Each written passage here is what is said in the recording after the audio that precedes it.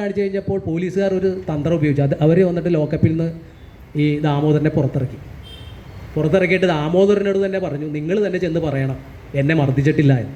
എങ്കിൽ മാത്രമേ ഈ ജനക്കൂട്ടം പിരിഞ്ഞു പോകൂ, ഇവിടെ ക്രമസമാധാന നില തകരും. അല്ലെങ്കിൽ അങ്ങനെ ലോക്കപ്പിൽ കിടന്ന ദാമോദരനെ പോലീസുകാരുടെ അകമ്പടിയോടുകൂടി ജയിലിന് പുറത്ത് കൊണ്ടുവരികയും തനിക്ക് മർദ്ദനമേറ്റിട്ടില്ല എന്ന് തൻ്റെ തൊഴിലാളി സഹാക്കളെ ബോധ്യപ്പെടുത്തിയതിന് ശേഷമാണ് അവർ പിരിഞ്ഞു പോയത്. ഇതൊക്കെ അദ്ദേഹത്തിൻ്റെ ഏറ്റവും ആ മാനുഷിക മൂല്യങ്ങളിൽ അടിയുറച്ച പ്രവർത്തനത്തിൻ്റെ ഫലമാണ്. കാര്യം തികഞ്ഞ താരിഖലി പലപ്പോഴും പറയുന്ന, അല്ലെങ്കിൽ അദ്ദേഹത്തിൻ്റെ അഭിമുഖ സംഭാഷണത്തിൽ എപ്പോഴും ഊന്നിപ്പറയുന്ന കാര്യം മാനവിക മുഖമുള്ള കമ്മ്യൂണിസ്റ്റുകാരനെന്ന്. അത് എന്തുകൊണ്ടാണെന്നല്ല, മറ്റുള്ള കമ്മ്യൂണിസ്റ്റുകാർക്ക് അത് ഉണ്ടോ ഇല്ല, അല്ലെങ്കിൽ അത് കാണാത്തതുകൊണ്ടായിരിക്കാം.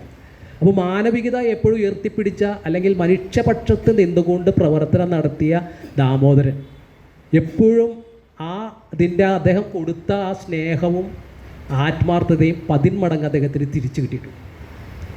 39 ഈ ഒരു ഇത് കഴിഞ്ഞാൽ പിന്നീട് അദ്ദേഹം തൻ്റെ രചനാ കാലഘട്ടത്തിലേക്കാണ് തിരിഞ്ഞത്. അദ്ദേഹം എഴുതിയ കൃതികളെന്ന് പറഞ്ഞാൽ നമ്മൾ അമ്പലത്തേത് ഈ 64 വയസ്സിൽ ജീവിതമുണ്ടായിരുന്ന മനുഷ്യൻ 19-ാം വയസ്സിൽ ആദ്യത്തെ കൃതി ജവഹർലാൽ നെഹ്റുവിനെ കുറിച്ചുള്ളൊരു ജീവചരിത്രം എഴുതിക്കൊണ്ടാണ് അദ്ദേഹം തൻ്റെ സർഗാത്മക പ്രവർത്തനം ആരംഭിക്കുന്നത്. അവസാനം എഴുതുന്നത് ഭാരതീയ ചിന്ത എന്ന ഏകദേശം 40ഓളം കൃതികൾ, അതിൽ 7 ഇംഗ്ലീഷും ബാക്കി 33 മലയാളത്തിൽ എഴുതിയ കൃതികളുമാണ്. പ്രഭാത് ബുക്കോസ് 10 വോളിയമായിട്ട് ഇദ്ദേഹത്തിൻ്റെ കൃതികൾ സമാഹരിച്ച് ഇറക്കിയിട്ടുണ്ട്. അതിൽ അദ്ദേഹം കൈവരി വെക്കാത്ത ഒരു വിഷയവുമില്ല എന്നുള്ളതാണ്. നാണയം, ഉറുപ്പിക, മനുഷ്യൻ, പിന്നെ അങ്ങനെ തുടങ്ങി ക്രിസ്തുമതവും കമ്മ്യൂണിസവും. ക്രിസ്തു മോസ്കോയിൽ തന്നെ എന്ന് പറഞ്ഞൊരു പുസ്തകം അദ്ദേഹം എഴുതി, ഒരു ലഘുലേഖ എഴുതി. ഇത് വളരെ വിവാദം സൃഷ്ടിച്ചതുകൊണ്ടാണ്. കാര്യം ക്രിസ്തു മോസ്കോയിൽ തന്നെ എന്ന് പറഞ്ഞുകൊണ്ട് അദ്ദേഹം അത് പറയുമ്പോൾ വടക്കനച്ചൻ കമ്മ്യൂണിസ്റ്റ് വിരുദ്ധ മുന്നണി രൂപീകരിച്ചുകൊണ്ട് തൊഴിലാളി എന്ന് പറഞ്ഞ സംഘടന ഉണ്ടാക്കി കമ്മ്യൂണിസത്തെ മുച്ചൂടും നശിപ്പിക്കാൻ ഇറങ്ങുന്നത്. അപ്പോൾ അദ്ദേഹം അതിനൊരു മറുപടി എഴുതി, ക്രിസ്തു മോസ്കോയിലോ, ഒരു ലഘുലേഖ. അപ്പോൾ അതിന് മറുപടിയായിട്ട് ദാമോദരൻ മറ്റൊരു ലഘുലേഖ എഴുതി, ക്രിസ്തു മോസ്കോവിൽ തന്നെ. അത് പിന്നീട് വലിയ കാര്യം ക്രിസ്തു മതവും കമ്മ്യൂണിസവും തമ്മിലുള്ള ബന്ധം എങ്ങനെയാണ് എന്നുള്ളതിനെക്കുറിച്ചൊക്കെ വളരെ അതിൽ അദ്ദേഹം സൂചിപ്പിക്കുന്ന ഒരു ഇതുണ്ട്. ദൈവവിശ്വാസമുള്ള തൊഴിലാളികൾക്ക് പാർട്ടിയിൽ പ്രവേശനം നൽകിയാൽ മാത്രം പോരാ, തൊഴിലാളികളുടെ വിശ്വാസത്തിന് അല്പമെങ്കിലും വ്രണപ്പെടുത്തുന്നതിനെ നമ്മൾ കഠിനമായി എതിർക്കണം. അവർക്ക് അംഗത്വം നൽകുന്നത് മതത്തിനെതിരായി ഒരു സജീവ സമരം നടത്തുന്നതിനല്ല, പിന്നെയോ നമ്മുടെ പരിപാടിയുടെ വെളിച്ചത്തിൽ അവർക്ക് പരിശീലനം നൽകുന്നതിന് വേണ്ടിയാണ്. തുടർന്ന് അദ്ദേഹം പറയുന്നത് ക്രിസ്തു മോസ്കോവിൽ തന്നെ എന്ന് പറയുന്നത് ലൂക്കായുടെ സുവിശേഷമാണ് ഉദ്ധരിക്കുന്നത്. അതിൽ 4 കാര്യങ്ങൾ ലൂക്കയുടെ സുവിശേഷത്തിലുള്ള ഭാഗങ്ങൾ തന്നെയാണ്. എന്തുകൊണ്ടാണ് ക്രിസ്തു മോസ്കോയിൽ എന്ന് കാര്യം റഷ്യയിൽ കമ്മ്യൂണിസ്റ്റ് ഭരണം വന്നു കഴിഞ്ഞപ്പോൾ അവിടെ ക്രിസ്തുവിൻ്റെ ഭരണം വന്നു എന്നാണ് അദ്ദേഹം സൂചിപ്പിക്കുന്നത്. അതിന് 4 കാര്യങ്ങൾ അദ്ദേഹം പറയുന്നത്. 1, പ്രഭുക്കന്മാരെ സിംഹാസനത്തിൽ നിന്ന് ഇറക്കി. 2, താണവരെ ഉയർത്തി. 3, വിശന്നിരിക്കുന്നവരെ നന്മകളാൽ നിറച്ചു. സമ്പന്നരെ വെറും കൈകളാൽ തിരിച്ചയച്ചു. അപ്പോൾ ഇത് ഞാൻ ഒരു വിഷയത്തിൽ എത്ര ലളിതമായിട്ടാണ് ഇദ്ദേഹം ഇത്തരം കാര്യങ്ങൾ പറയുന്നത് എന്നുള്ളത് നമ്മൾ നാണയം എന്ന ഒരു പുസ്തകത്തിൽ അദ്ദേഹം കൗതുകരമായ ഒരു കാര്യം പറയുന്നു. നാണയത്തിൻ്റെ അല്ലെങ്കിൽ വിനിമയം ആദ്യകാലത്ത് എങ്ങനെയാണ് വിനിമയം നടത്തിക്കൊണ്ടിരുന്നത്? അന്ന് സ്വർണം ഉരുക്കി ലായനിയായിട്ടാണ് വിദേശ രാജ്യങ്ങളുമായിട്ട് കച്ചവടം നടത്തിക്കൊണ്ടിരുന്നത്, അല്ലെങ്കിൽ മറ്റു സംസ്ഥാനങ്ങളുമായിട്ട്. പിന്നീടാണ് നാണയം, വെള്ളി, റുപ്പിക അങ്ങനെ അടിച്ചു വരുന്നത്. പക്ഷേ ഇദ്ദേഹത്തിൻ്റെ നിരീക്ഷണത്തിൽ ഒരു നാണയത്തെക്കുറിച്ച് അദ്ദേഹം പറയുന്നു. അത് ഹൈദരാലിയുടെ കാലത്തെ ബഹാദൂരി പഗോഡ എന്ന് പറയുന്നൊരു നാണയം. ഈ നാണയം നമ്മൾ വളരെ ശ്രദ്ധിക്കേണ്ട ഒരു കാര്യമാണ്. കാരണം അതിൻ്റെ ഒരു വശത്ത്, നാണയത്തിൻ്റെ ഒരു വശത്ത് ഹൈദർ എന്ന ഉറുദു വാക്കിൻ്റെ ആദ്യത്തെ അക്ഷരവും മറുവശത്ത് പാർവതി പരമേശ്വരൻ്റെ ചിത്രവും. നമ്മളെ പഠിപ്പിച്ചു വെച്ചിരിക്കുന്ന ഒരു കാര്യം, അല്ലെങ്കിൽ നമ്മൾ അറിഞ്ഞിരിക്കുന്ന ചരിത്ര സത്യങ്ങൾ എന്താണെന്ന് വെച്ചിട്ടുണ്ടെങ്കിൽ, ടിപ്പുവിൻ്റെ പടയോട്ടക്കാലത്ത് ഇവിടെ എല്ലാ ക്ഷേത്രങ്ങളും കൊള്ളയടിക്കപ്പെട്ടു, എല്ലാ നമ്പൂരി സ്ത്രീകളുടെയും അവരെ കുപ്പായം ഇടിയിച്ചു എന്നൊക്കെയാണ്. ജീർണിച്ച് നിലംപൊത്തിയ എല്ലാ ക്ഷേത്രങ്ങളും ടിപ്പുവിൻ്റെ തലയിൽ കെട്ടിവെച്ചുകൊണ്ട് ടിപ്പു ഒരു വർഗീയവാദിയായിരുന്നു എന്നുള്ള ചിത്രീകരണം നടക്കുന്ന അത് ടിപ്പു ഉൾപ്പെടുന്ന സമുദായത്തെ അല്ലെങ്കിൽ ആ മതവിഭാഗത്തെ എപ്രകാരമാണ് ഈ ഇന്ത്യയുടെ പുനർനിർമ്മിതിക്ക് അല്ലെങ്കിൽ ഇന്ത്യയുടെ ഒരു രാഷ്ട്രീയ സാഹചര്യം സൃഷ്ടിക്കുവാൻ ഭരണകൂടം ഫലപ്രദമായി എങ്ങനെ ഉപയോഗിക്കുന്നു എന്നുള്ള ജാഗ്രതയുള്ളൊരു മനസ്സിന് വളരെ കൗതുകരമായ ഒരു വിഷയമാണ് ഇത്.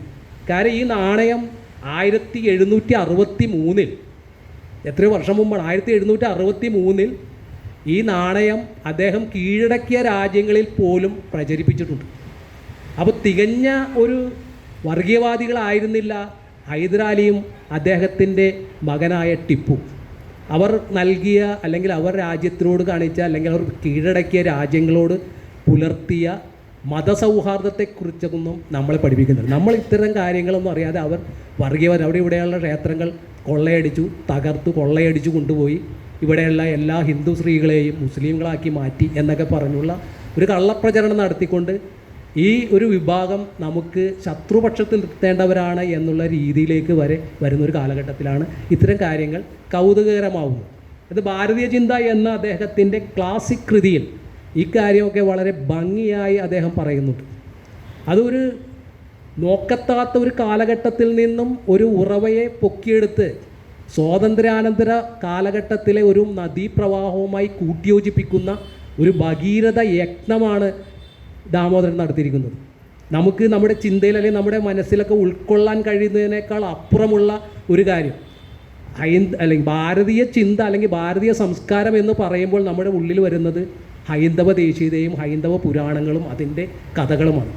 മറിച്ച് ഈ ഹൈന്ദവ ദേശീയതയ്ക്ക് പുറകെ അല്ലെങ്കിൽ അതിൻ്റെ പിന്നിൽ അതിൻ്റെ കൂടെ ഈ ഭാരതീയ സംസ്കാരത്തിലേക്ക് ആര്യന്മാരും ക്രിസ്ത്യാനികളും മുസ്ലിമുകളും മുഗളന്മാരും എല്ലാവരും ചേർന്നിട്ടുള്ള ഒരു സംഭാവനയുണ്ട്. അതെല്ലാം ചേർന്ന ഒന്നാണ് ഈ ഭാരതീയ സംസ്കാരം എന്ന് പറയുന്നത്.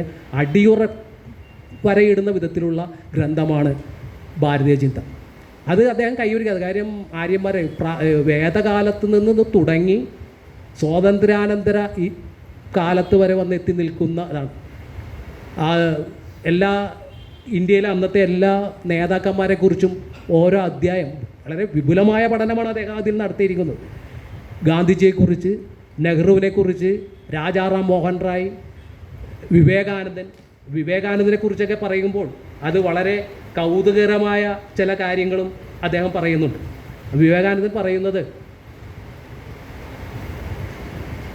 1902 ആണ് അദ്ദേഹം 39 വയസ്സിൽ മരിക്കുന്നു. അപ്പം ഇത് അതേപടി തന്നെ പറഞ്ഞാൽ നമുക്ക് ഇദ്ദേഹം എത്രത്തോളം ക്രാന്തദർശിയും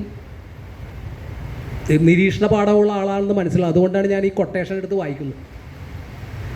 അതായത് അദ്ദേഹത്തിൻ്റെ ജീവിതകാലത്ത് ഇന്ത്യയിൽ തൊഴിലാളി പ്രസ്ഥാനം, ട്രേഡ് യൂണിയനോ ആവിർഭവിച്ചിരുന്നില്ല. റഷ്യൻ വിപ്ലവം ഉണ്ടാകുന്നതിന് 2 ദശകങ്ങൾക്ക് മുമ്പ് ഈ മഹാനായ മനുഷ്യൻ സോഷ്യലിസ്റ്റ് വിപ്ലവ മുദ്രാവാക്യം മുഴക്കി എന്നത് എടുത്തു പറയേണ്ടതാണ്. സമൂഹത്തിലെ എല്ലാ അംഗങ്ങൾക്കും സമ്പത്തും അറിവും ഉണ്ടാകണം. മനുഷ്യ സമൂഹത്തെ പുരോഹിതർ, പട്ടാളക്കാർ, വ്യാപാരികൾ, തൊഴിലാളികൾ എന്നിങ്ങനെ വഴിയായി 4 ജാതികളാണ് ഭരിക്കുന്നത്. അവസാനമായി വരുന്നത് തൊഴിലാളികളുടെ ഭരണമാണ്. ആദ്യത്തെ 3 കൂട്ടരും ഭരണം നടത്തി കഴിഞ്ഞു. ഇനി അവസാനത്തെ ഊഴം തൊഴിലാളികളുടേതാണ്. അവർ ഭരിക്കണം, ആർക്കും അവരെ തടയാൻ കഴിയില്ല. ഇപ്പോൾ വിവേകാനന്ദൻ ഹൈന്ദവ ദേശീയതയുടെ പ്രതീകമാണെന്നൊക്കെ വെച്ചുകൊണ്ട് ഇതാണ് പ്രചരണം നടത്തുമ്പോൾ ഇത്തരം ഒരു കാര്യം കൂടി അദ്ദേഹം പറഞ്ഞിട്ടുണ്ട് എന്ന് മനസ്സിലായത്. അവസാനം പറയുന്നത് ഞാനൊരു സോഷ്യലിസ്റ്റാണ്. അത് പരിപൂർണമായ വ്യവസ്ഥയായതുകൊണ്ടല്ല, മറിച്ച് അപ്പം തീരെ ഇല്ലാതിരിക്കുന്നതിനേക്കാൾ നല്ലത് പകുതി അപ്പമാണല്ലോ എന്ന് വിചാരിച്ച. അപ്പോൾ ഈ ഇത്തരം കാര്യങ്ങളൊക്കെ നിലപാടുകൾ എടുത്തുകൊണ്ട് അല്ലെങ്കിൽ ഇത്തരം ആളുകളുടെ ഇങ്ങനെയുള്ള ഒരു വശത്തെ നമ്മൾക്ക് മനസ്സിലാക്കി തരുന്ന വിധത്തിലുള്ള ഒരു വലിയ ശ്രമം നടത്തിയ വ്യക്തിത്വമാണ് ദാമോദരൻ്റെ. അദ്ദേഹത്തിൻ്റെ ഭാരതീയ ചിന്ത എന്ന പുസ്തകത്തെ സംബന്ധിച്ചും ആ പുസ്തകത്തിലുണ്ടായിരുന്ന ചില കാര്യങ്ങളെക്കുറിച്ച് പറഞ്ഞുകൊണ്ട് ഞാനിത് അവസാനിപ്പിക്കാം. ഈ 1958 ഇദ്ദേഹം റഷ്യയിൽ സന്ദർശനം നടത്തുന്നുണ്ട്. ആ റഷ്യയിൽ അദ്ദേഹം സന്ദർശിക്കുമ്പോൾ അവിടെ ഒരു ബാല കാണാനായിട്ട് ഇദ്ദേഹം പോകുന്നുണ്ട്.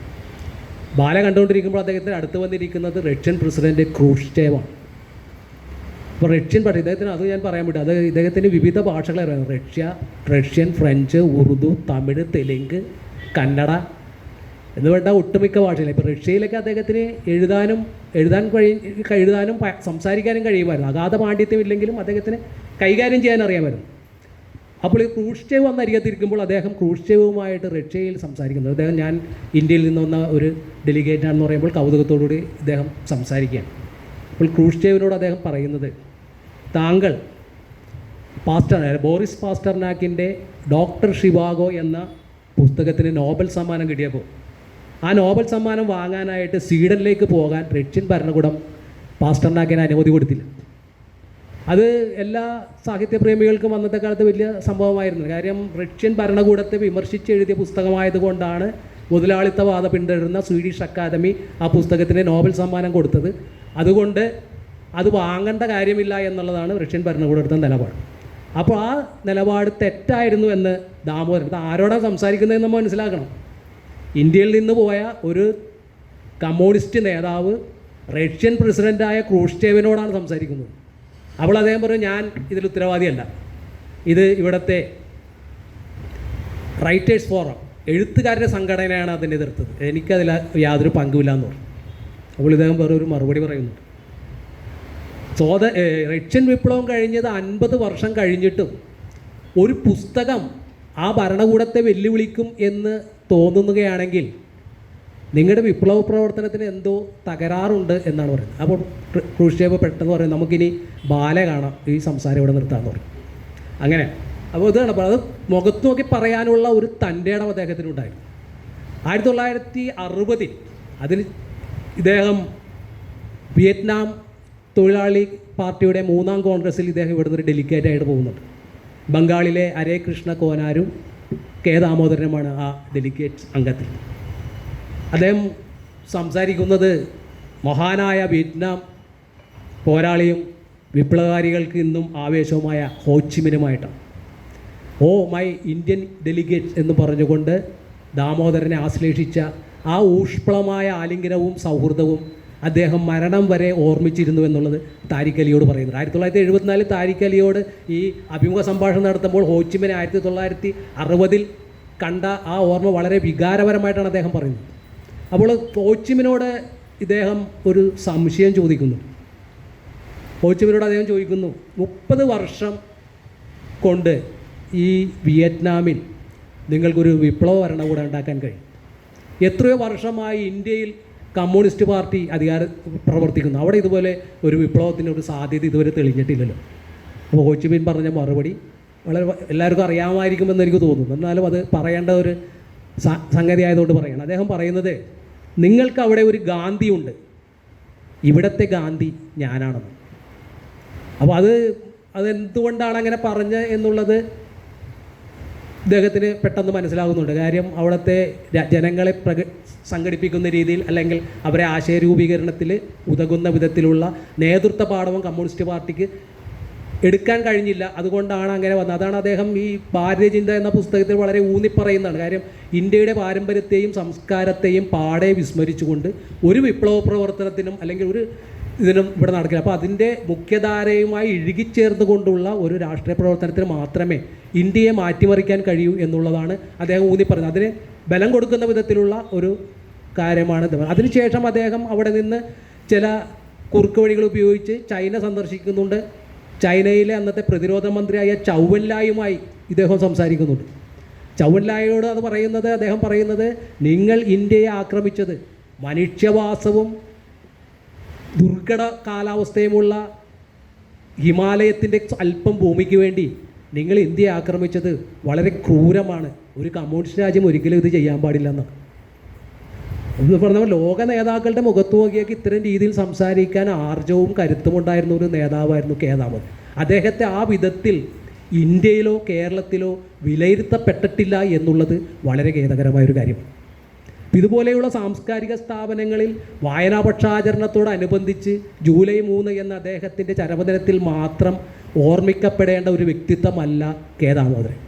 അതിനപ്പുറത്തേക്ക് വളരെ ആഴത്തിലും പരപ്പിലും പഠിക്കേണ്ട ഒരു കാര്യമാണ്. അത്തരത്തിലുള്ള അതുകൊണ്ടാണ് ONV ഇദ്ദേഹത്തെക്കുറിച്ച് കവിത മനുഷ്യൻ എന്നുള്ളതിൽ. അതേപോലെ നീണ്ട യാത്രകൾക്കിടയിൽ കണ്ടെത്തിയതെല്ലാം കൈക്കുമ്പിളിലാക്കി കാലത്തിൻ്റെ കൈക്കുടന്തയിൽ നിക്ഷേപിച്ച് വെറുമൊരു പുഞ്ചിരിയുമായത്ര നിസ്വാൻ ഞാൻ എന്ന് ഓതുമ്പോൾ നിന്നൊരാ മനുഷ്യനെ എന്നും ഓർക്കുന്ന ജ്ഞാനവിജ്ഞാന കരുക്കളെ കയ്യിലെ കളിക്കോപ്പായി മാറ്റിയ മനുഷ്യൻ. അത് വളരെ ശ്രദ്ധിക്കണം. ജ്ഞാനവിജ്ഞാന കരുക്കളെ കയ്യിലെ കളിക്കോപ്പായി മാറ്റിയ മനുഷ്യനെ, ജ്ഞാനവും ആ വിജ്ഞാനവും, അതായത് അറിവിനെ തിരിച്ചറിവായി പുനഃസൃഷ്ടിച്ചുകൊണ്ടാണ് ദാമോദരൻ അദ്ദേഹത്തിൻ്റെ എല്ലാ പ്രവർത്തനം.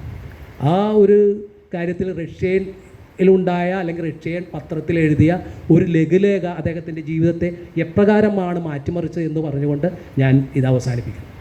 അതായത് ചെക്കോസ്ലാവിക്കയിൽ 1968 പ്രാഗ് വസന്തം എന്ന പേരിൽ ഒരു പ്രക്രിയ നടക്കുന്നുണ്ട്.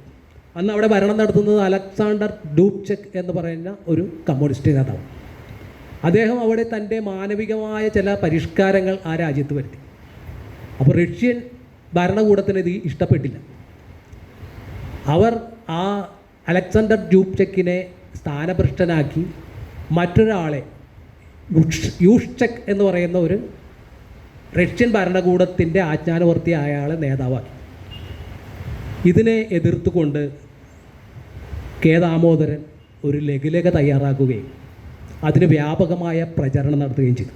അത് ഇന്ത്യയിൽ നിന്നുകൊണ്ടാണ്. ഇപ്പോൾ CPI അന്ന് അദ്ദേഹം കമ്മ്യൂണിസ്റ്റ് പാർട്ടി രണ്ടായി പിളർന്നപ്പോൾ CPIയുടെ പക്ഷത്താണ്. CPI അന്ന് റഷ്യൻ അനുകൂല നിലപാടെടുക്കുന്നൊരു കാലഘട്ടമാണ്. പാർട്ടിക്കകത്ത് വലിയൊരു ചർച്ച ഉണ്ടായി. നിങ്ങളിത് ലഘുലേഖ പിൻവലിക്കണം, കാര്യം ഇത് നമ്മുടെ നയങ്ങൾക്കെതിരാണ്. അദ്ദേഹം പറഞ്ഞു ഞാനിത് പിൻവലിക്കില്ല. കാര്യം ഒരു സോഷ്യലിസ്റ്റ് രാഷ്ട്രം മറ്റൊരു സോഷ്യലിസ്റ്റ് രാജ്യത്തെ ആക്രമിക്കുന്നത് സോഷ്യലിസ്റ്റ് കാഴ്ചപ്പാടിൽ തെറ്റാണ്, അതുകൊണ്ട് ഞാനിത് പിൻവലിക്കുന്ന പ്രശ്നമില്ല എന്ന് പറഞ്ഞു.